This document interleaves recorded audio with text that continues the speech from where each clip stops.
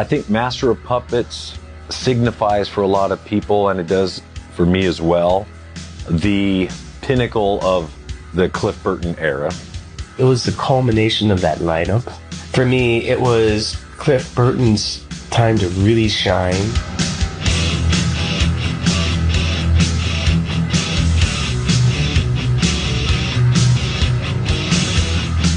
James and my outlook was very narrow in the beginning, and so, you know, Cliff Burton shows up and starts talking about the Eagles or Simon & Garfunkel or Jethro Tull or Misfits or all this different stuff, and so we went broader and broader in our scope.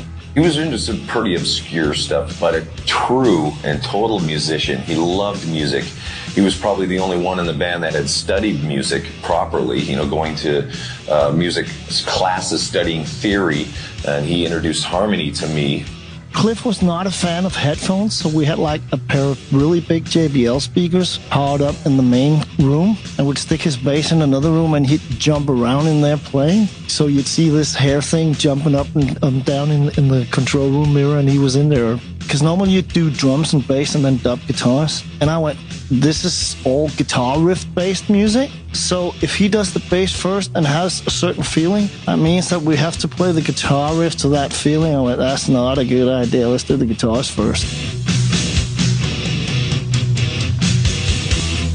At first, I was actually kind of frustrated because I wanted it to be like, you know, bass drum, bass type. And I kind of quickly realized that that was not the way he played. So I just let him do it, and he did like 2 or 3 bass tracks, and I'd just take the best bits. He was king of that. He always had lots of different ideas that were layered, and you know, because it was bass and distorted, it was a little hard to tell, but it had its own character because it was bass.